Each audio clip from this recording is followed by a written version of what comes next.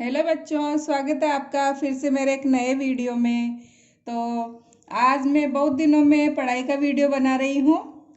पिछले वीडियो में हमने प्रेजेंट टेंस कंप्लीट कर लिया था और नेक्स्ट था हमारा पास्ट टेंस।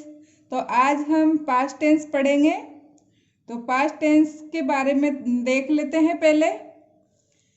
तो इस टेंस के वाक्यों में काम का करना या होना भूतकाल में पाया जाता है। यानी कि पास्ट टेंस का मतलब है कि कार्य भूतकाल में हो चुका है, भूतकाल में होना पाया जाता है इसमें। इस टेंस का प्रयोग भूतकाल में होने वाले कार्यों या घटनाओं को व्यक्त करने के लिए किया जाता है। जब इस टेंस का प्रयोग होता है तो वाक्य में किसी शब्द या वाक्यांश के द्वारा भूतकाल के समय को अवश्य ही व्यक्त किया जाता है। यानी कि जब ये पास्ट टेंस का कोई सेंटेंस होता है तो उसमें कोई वर्ड ऐसा होता है, उससे हमें पता चलता है कि ये पास्ट टेंस है और कार्य भूतकाल में हो चुका है। जैसे कि he wrote a novel last year, यानी कि उसने ये एक नॉवल लास्ट ईयर लिखी थी। एक नॉवल उसने लास्ट ईयर लिखी। तो ये लास्ट ईयर है, तो ये क्या है, ये वर्ड इससे पता चल रहा है कि सेंटेंस पास्ट टेंस का है। उसी तरह इंडिया बिकेम फ्री इन 1947। तो इंडिया 1947 में आज़ाद हुआ, फ्री हुआ। तो 1947 से पता चल रहा है कि 1947 में इंडिया फ्री हुआ था। इसी तरह बिकेम यानी हुआ, तो ये क्या है, पास्ट टेंस है। तो इनकी पहचान होती है हिंदी में कि वाक्यों के अंत में आ या ई, ये, ता था, ते थे, ती थी आदि आते हैं। तो देख लीजिए, आपको समझ में आ गया होगा कि पास्ट टेंस की क्या पहचान होती है। वाक्य भूतकाल में होना पाया जाता है। तो अब हम पढ़ेंगे पास्ट इंडिफिनिट टेंस, यानी कि सिंपल पास्ट टेंस। तो पास्ट इंडिफिनिट टेंस पढ़ेंगे। तो सबसे पहले पास्ट इंडिफिनिट टेंस का अफर्मेटिव सेंटेंस यानी कि साधारण वाक्य पढ़ेंगे। तो इसका पैटर्न देख लेते हैं हम। तो इसका पैटर्न है, सबसे पहले सब्जेक्ट, फिर वर्ब की सेकंड फॉर्म, उसके बाद ऑब्जेक्ट, फिर एडवर्ब। तो सेंटेंस है राम स्कूल गया। तो सबसे पहले पैटर्न के हिसाब से हम जमाएंगे सेंटेंस को। तो सबसे पहले है सब्जेक्ट। तो सब्जेक्ट है राम, तो राम आ गया, ये हो गया हमारा सब्जेक्ट। उसके बाद है वर्ब की सेकंड फॉर्म। तो वर्ब की सेकंड फॉर्म आ गई वेंट। गो की सेकंड फॉर्म होती है वेंट, तो सेकंड फॉर्म आ गई यहाँ पर। उसके बाद ऑब्जेक्ट, तो ऑब्जेक्ट है हमारा टू स्कूल। उसके बाद है एडवर्ब। तो एडवर्ब तो हमारा है ही नहीं, तो सेंटेंस बनता है राम वेंट टू स्कूल। आप इसकी स्क्रीनशॉट भी ले सकते हो। तो इसी तरह है अगला सेंटेंस, उसने एक पत्र लिखा। तो सेंटेंस बनता है ही रोट ए लेटर। ये हो गया सब्जेक्ट, फिर वर्ब की सेकंड फॉर्म, उसके बाद ऑब्जेक्ट। तो सेंटेंस बन गया ही रोट ए लेटर। मैंने उसे एक पेंसिल दी। तो सब्जेक्ट हो गया आई, वर्ब की सेकंड फॉर्म, ये हो गया ऑब्जेक्ट, फिर एडवर्ब। तो I gave him a pencil. उसने कल मुझे एक पेन दिया। तो he gave me a pen yesterday. ये सेंटेंस बन गया इसका। मैं इस घर में रहता था। तो सबसे पहले आ गया सब्जेक्ट, फिर वर्ब की सेकंड फॉर्म, फिर आ गया ऑब्जेक्ट इन दिस हाउस। तो आई लिव्ड इन दिस। वचन और बहुवचन दोनों में ही सब्जेक्ट के साथ वर्ब की सेकंड फॉर्म आती है। जैसा कि अभी हमने देखा, हमने सारे सेंटेंस में वर्ब की सेकंड फॉर्म यूज में ली। इसी तरह सब्जेक्ट के भिन्न भिन्न नंबर या पर्सन के साथ वर्ब में कोई परिवर्तन नहीं होता है, यानी कि नंबर या पर्सन के साथ वर्ब में कोई परिवर्तन नहीं होता है, वर्ब की सेकंड फॉर्म ही आती है। तो ये हो गया अफर्मेटिव सेंटेंस। आपको समझ में आया होगा यहाँ तक। तो अब हम आगे पढ़ेंगे negative sentence, past indefinite tense का नेगेटिव सेंटेंस। तो नेगेटिव सेंटेंस का पैटर्न है subject plus did not plus verb की first form plus object plus adverb. अब यहाँ पर देखिए हमने वर्ब की फर्स्ट फॉर्म लगाई है, ऊपर हमने अफर्मेटिव सेंटेंस में हमने वर्ब की सेकंड फॉर्म यूज में ली थी, लेकिन यहाँ पर वर्ब की फर्स्ट फॉर्म आएगी क्योंकि यहाँ पर हेल्पिंग वर्ब अलग हो गई है।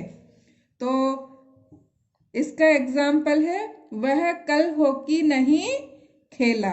तो पैटर्न के हिसाब से हम जमाएंगे सब्जेक्ट, तो ही सब्जेक्ट आ गया, उसके बाद डिड नॉट, तो डिड नॉट हेल्पिंग वर्ब आ गई, उसके बाद वर्ब की फर्स्ट फॉर्म, ये वर्ब की फर्स्ट फॉर्म आ गई प्ले, फिर ऑब्जेक्ट हॉकी, एडवर्ब तो यस्टरडे। तो पूरा सेंटेंस बनता है he did not play hockey yesterday.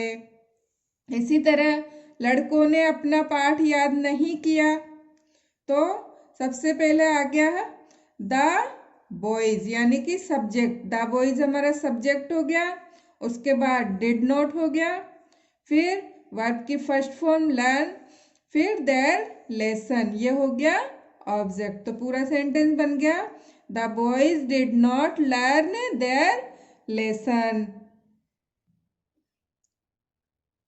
तो इसकी स्क्रीनशॉट ले सकते हो आप। इसी तरह मैं कभी देर से नहीं आया, तो आई नेवर केम लेट। अब देखिए यहाँ पर नेवर आया है, तो इसके रूल है सभी सब्जेक्ट के पश्चात हेल्पिंग वर्ब यानी कि डिड नॉट का प्रयोग होता है, अभी मैंने बताया ना आप लोगों को, और वर्ब की फर्स्ट फॉर्म का प्रयोग होता है। और यदि सेंटेंस में कभी नहीं आया हो तो नेवर का यूज करते हैं। जैसे इस सेंटेंस में मैं कभी देर से नहीं आया, तो इसमें कभी नहीं आया है, तो हमने यहाँ पर डिड नॉट के बजाय नेवर यूज में लिया है। नेवर के साथ डिड नॉट नहीं लगाते हैं, केवल वर्ब की सेकंड फॉर्म लगाते हैं। तो आई नेवर केम लेट, तो नेवर लिख दिया, उसके बाद वर्ब की फर्स्ट फॉर्म नहीं लगाकर वर्ब की सेकंड फॉर्म लगाई है। तो आया होगा इतना आपको समझ में। यह हमारा नेगेटिव सेंटेंस कंप्लीट हो चुका है। अब हम पढ़ेंगे इंट्रोगेटिव सेंटेंस। तो इंट्रोगेटिव सेंटेंस का पैटर्न है, इंट्रोगेटिव सेंटेंस होता है कि प्रश्नवाचक सेंटेंस। तो इसका पैटर्न है did plus subject plus verb की first form plus object plus adverb.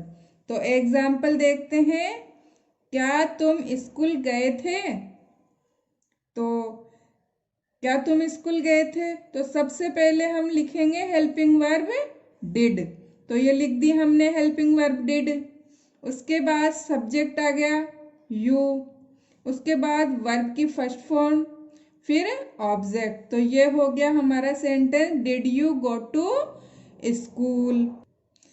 तो जो क्वेश्चन, ये इंट्रोगेटिव जो सेंटेंस होते हैं उनमें क्वेश्चन मार्क लगाना जरूरी होता है, ये बात का आप विशेष तौर पर ध्यान रखिएगा। तो इसी तरह जो ये हेल्पिंग वर्ब वाले सेंटेंस होते हैं, उसी तरह WH वर्ड वाले भी सेंटेंस होते हैं, तो उसका भी एक सेंटेंस देख लेते हैं हम। तो तुम्हारा भाई कल कहाँ गया, तो ये WH वर्ड वाला सेंटेंस है, तो ये सेंटेंस बनेगा। तो सबसे पहले हम WH वर्ड लिखेंगे, इसके पैटर्न के हिसाब से हम सबसे पहले WH वर्ड लिखेंगे, उसके बाद डिड लिखेंगे यानी कि हेल्पिंग वर्ब, फिर सब्जेक्ट लिखेंगे, फिर वर्ब की फर्स्ट फॉर्म, उसके बाद ऑब्जेक्ट, फिर एडवर्ब। तो सेंटेंस बनता है where did your brother go yesterday, फिर क्वेश्चन मार्क। तो इसका स्क्रीनशॉट ले लें। हमारा इंट्रोगेटिव नेगेटिव सेंटेंस यानी कि प्रश्नवाचक नकारात्मक वाक्य। तो इसका पैटर्न देखेंगे हम। तो did not plus subject plus verb की first form plus object plus adverb, फिर क्वेश्चन मार्क। ये तो हो गया हेल्पिंग वर्ब वाले सेंटेंस का पैटर्न। और उसी तरह जो WH वर्ड वाले सेंटेंस होते हैं उसका पैटर्न भी देख लेते हैं। तो सबसे पहले WH word plus did not plus subject plus verb की first form plus object plus adverb, फिर क्वेश्चन मार्क। तो एग्जाम्पल देखते हैं। क्या रमेश ने दुकानदार की मदद नहीं की? तो ये है सेंटेंस हेल्पिंग वर्ब वाला। तो इसके पैटर्न के हिसाब से हम इसको जमाएंगे। सबसे पहले did not helping verb plus not, उसके बाद सब्जेक्ट आ गया रमेश, उसके बाद हेल्पिंग वर्ब आ गई, वर्ब की फर्स्ट फॉर्म आ गई, फिर ऑब्जेक्ट आ गया। तो सेंटेंस बनता है did not Ramesh help the salesman. तो इसी तरह WH वर्ड वाला भी देखते हैं। किसने उत्तर नहीं दिया? तो ये बनता है सबसे पहले WH वर्ड आ गया हु, तो हु, फिर डिड नॉट, फिर गिव द आंसर। क्योंकि इसमें सब्जेक्ट तो छिपा हुआ है। किसने उत्तर नहीं दिया सब्जेक्ट के बारे में तो पूछ रहा है, तो who did not give the answer, फिर क्वेश्चन मार्क। तो इसका स्क्रीनशॉट भी आप ले लीजिए। तो ये हमारा पास्ट इंडिफिनिट टेंस कंप्लीट हो चुका है। अगले वीडियो में हम पास्ट कंटिन्यू टेंस पढ़ेंगे। तो यह आपको ज़रूर समझ में आया होगा।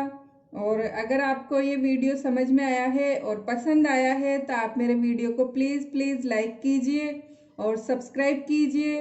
नेक्स्ट वीडियो के लिए बेल आइकन को प्रेस कीजिए ताकि मेरा जो नेक्स्ट वीडियो आएगा पास्ट कंटिन्यूस टेंस का वो आपको उसकी नोटिफिकेशन आपको मिल सके। तो कल फिर मैं आऊँगी आप लोगों के लिए एक नया वीडियो लेकर पास्ट कंटिन्यूस टेंस का। तब तक के लिए बाय।